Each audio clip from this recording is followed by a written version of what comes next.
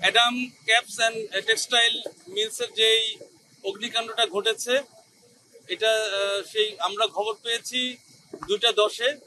আমরা এই আগুনটা বর্ণনা আমি পরে দিচ্ছি।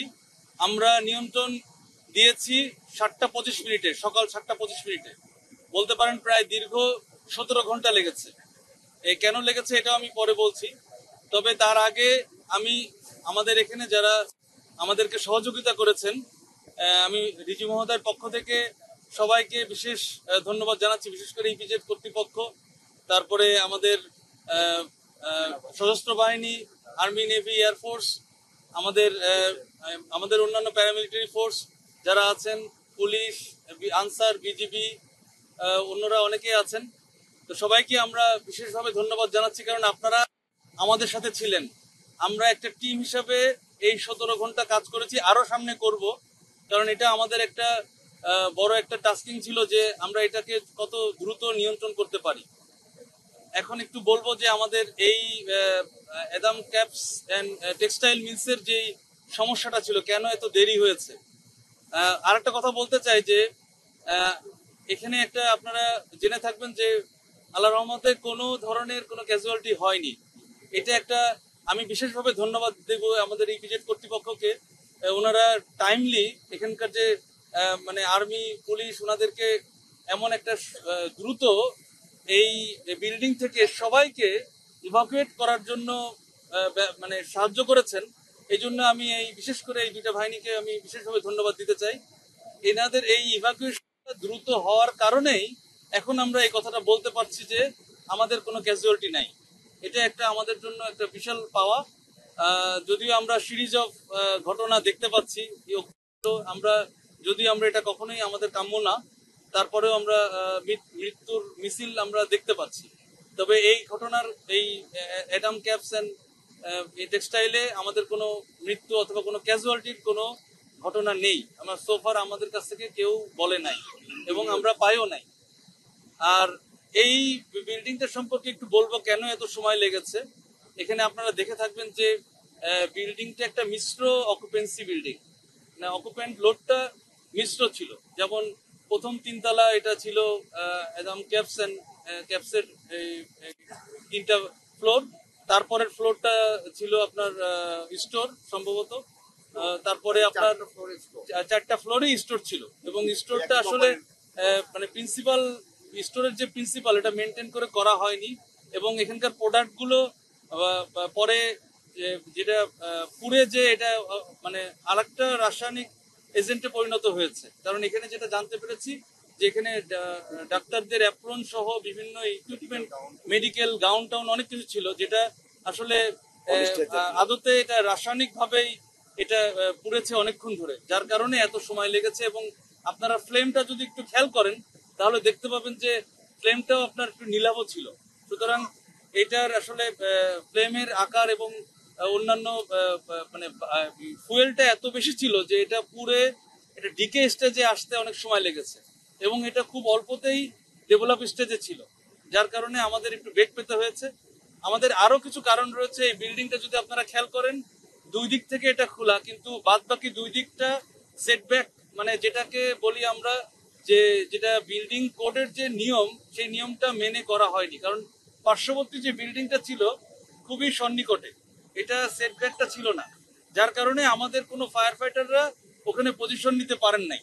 এবং আপনারা জানেন যে এই বিল্ডিংটা দীর্ঘক্ষণ ধরে পুড়ছিল, যার কারণে এটা কিন্তু আপনার 800 থেকে 1000 ডিগ্রি সেলসিয়াস তাপমাত্রা হলে যেটা হয়, যেটা আরসিসি কলামটা কিন্তু এটা তার কলামের যে স্ট্রাকচারের যে স্ট্রেংথ এটা ছেড়ে দিয়েছে। এবং আপনারা এখনই দেখলে বুঝতে পারবেন যে এটা বিশেষ করে 5ম তলা থেকে 8ম তলা পর্যন্ত এটা একটা স্যান্ডউইচ হয়ে ফ্লোর গুলো সব একাকার হয়ে গিয়েছে এবং ভেঙে এটা নিচে পড়েছে, যার কারণে এটা আমাদের জন্য একটু কষ্টসাধ্য ছিল। একটু দূরত্ব বজায় রেখে নিজেদের সেফটিটা ইনশিওর করে আমরা এই কার্যক্রম করেছি, যার কারণে একটু সময় লেগেছে। তবে আমাদের কারো কোনো ক্ষতি হয়নি, এটাই আমাদের সব থেকে বড় সাকসেসফুল বলবো আমরা। এবং আমাদের আরেকটা সাকসেস বলতে চাই যে ইপিজিতে এই বিল্ডিংটা ছাড়া অন্য বিল্ডিং এর সামান্য একটু ক্ষতি হয়েছে, মানে 1/4 ক্ষতি হয়েছে উপর থেকে ডেব্রিজ পড়ে পড়ে। এছাড়া কিন্তু কোনো বিল্ডিং আমরা এই ফায়ারকে লিঙ্ক হতে দেই নাই। এটা আমি বলবো যে আমাদের চিটাগাংয়ের যে ফায়ারের ডিভিশন রয়েছে, এটা সমস্ত ডিভিশনের সকল স্টেশনের সকল ফায়ার ফাইটারদেরকে আমি এটা সাধুবাদ জানাচ্ছি যে এই আগুনটা কেমিক্যাল এবং মিশ্র একটা ফ্লেম হওয়া সত্ত্বেও এটা কিন্তু মানে এটা লিঙ্ক করে অন্য বিল্ডিং এ যায় নাই। এটা আমি বলবো যে এটা বড় সাকসেস। এটার জন্য আসলে আমরা সবাই একযোগে কাজ করেছি, শুধু ফায়ার সার্ভিস না, সশস্ত্র বাহিনী কাজ করেছে, অন্যান্য বাহিনী সবাই সবাই আমাদের সাথে ছিল। আমরা টিম হিসেবে এই কাজটা করেছি, এজন্য এটার প্রাপ্য সবাই। তা এটা বলতে চাই যে আমরা এই বিল্ডিং এর সাথে আরো অন্যান্য বিল্ডিং এ যাদের কমপ্লায়েন্সটা নাই, তারা যেন দ্রুত একটা কমপ্লায়েন্সের ইস্যুতে চলে আসেন, যাতে করে আর এই ধরনের আমরা সম্পদ যে বিনষ্ট হলো, এটাও তো একটা বড় ক্ষতি, দেশের জন্য ক্ষতি, শুধু ওই মালিকের জন্য না, দেশের জন্য একটা ক্ষতি। আমরা এই ধরনের ক্ষতি চাই না। আমরা চাই প্রথমত আমাদের প্রাণ যেন বাঁচে এবং একই সাথে যেন আমাদের সম্পদ বিনষ্ট না হয়। এবং আমি আরেকটু বলছি যে এই সিজনটা কিন্তু খারাপ, সামনে শীতের সিজন আসতেছে এবং এটাতে কিন্তু আপনার সবকিছুর উষ্ণতা বেড়ে যাবে আপনার, যার কারণে আপনার যে কোনো একটা হালকা ফ্লেমেবল অথবা একটা কম্বাসেবল আইটেম কিন্তু একটা বেশি কম্বাসেবল হয়ে যাবে দ্রুত। যে কোনো ইস্যুতেই দেখবেন যে এটা আগুন ধরে আরো দুর্ঘটনা ঘটাচ্ছে। তা আমাদের এই সামনের সিজনে আমরা যদি সতর্ক থাকি এবং ফায়ার সার্ভিসের কমপ্লায়েন্স একই সাথে বলবো যে আপনারা প্রশিক্ষণ নেন, আপনাদের শ্রমিক, আপনি নিজে, আপনাদের বাসার বাচ্চাদের সবাইকে আপনারা প্রশিক্ষণের আওতায় নিয়ে আসেন, যাতে করে আমাদের আর এই ধরনের কোনো দুর্যোগ না ঘটে।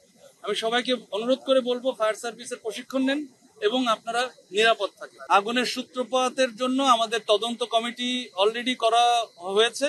এই তদন্ত শেষ না হওয়া পর্যন্ত আমরা বলতে পারছি না। তবে অন্যান্য সংস্থা হয়তো তাদের নির্ধারিত তদন্ত কমিটি করবেন, তবে আমাদেরটা আমরা তদন্ত করা হলে আমরা ক্লিয়ার বলতে পারবো যে আসলে আগুনের সূত্রপাতটা কোথায়। আমি যতটুকু জানতে পেরেছি এই ভবনে আপনার ওনারা অ্যাপ্লাই করেছেন এইটুকু জানতে পেরেছি, বাট পরবর্তী কার্যক্রমগুলো করা হয়। অ্যাপ্লাই করলে তো ওনাদের ডিজাইন জমা দিতে হয়, তারপরে আমাদের একটা পরিদর্শন কমিটি হয়, পরিদর্শন করে ওনাদের ডিজাইনের সাথে এটা আপনার সামঞ্জস্যতা দেখা হয়, যাচাই বাছাই করা হয়, করে তারপরে ফাইনালি এটা আপনার এনওসি দেওয়া হয়। আর এনওসি মানে সব না, কার্যকারিতার সনদ হচ্ছে সব। মানে এনওসির পরে ওনাদেরকে সময় দেওয়া হয় এই সেফটিটা ইনশিওর করে এই কার্যকারিতার সনদ পেতে হয়, এবং কার্যকারিতার সনদ আবার দেখা হয় যে এই ফায়ার সেফটি প্ল্যানের এনওসি যে সেফটির বর্ণনাগুলো দেয়া আছে এটার সাথে আপনার বাস্তবে আপনি করেছেন। এটা দেখার পরে যখন আপনি কার্যকারিতার সনদ পেলেন, মানে আপনার বুঝতে হবে যে আপনি নিরাপদ, মানে এরকম বড় ধরনের কোনো দুর্ঘটনা ঘটবে।